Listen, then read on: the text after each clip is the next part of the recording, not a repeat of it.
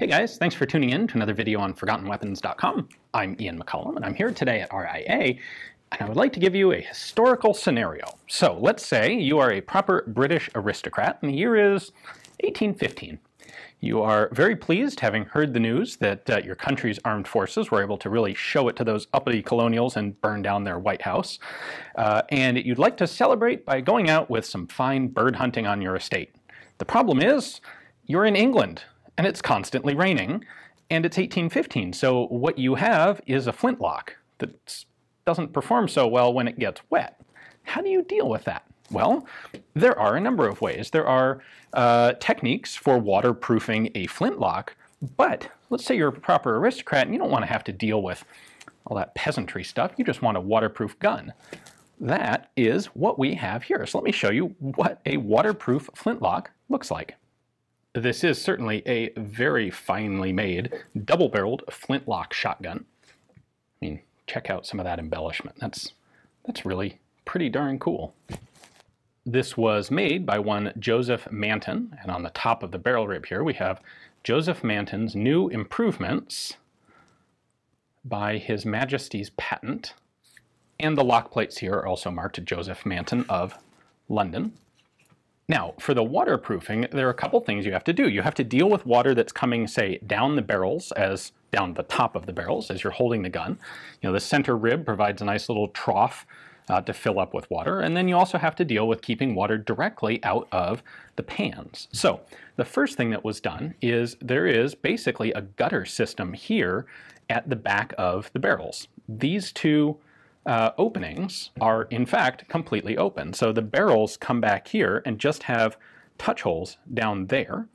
So your powder, you have a little powder charge that's in here, and the shot column is in the barrel itself.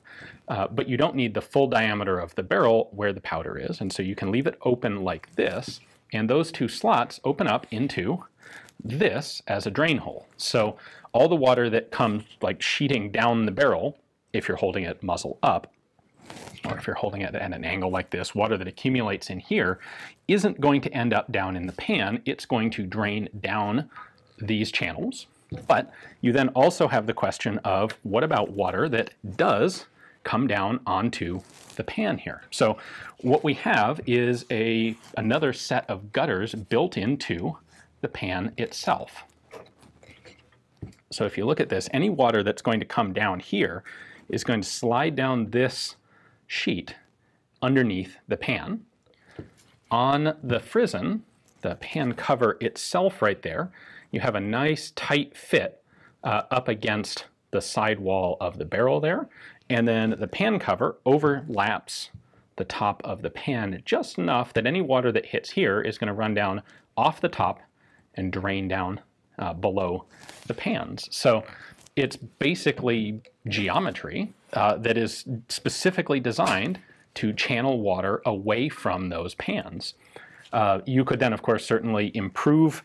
You know, one extra layer of protection would be to add something like a little bit of beeswax around the lip of the pan, just to give it a little bit more sealing. But this set of gutters does quite a lot to prevent water from being in a position to get into your priming powder in the first place.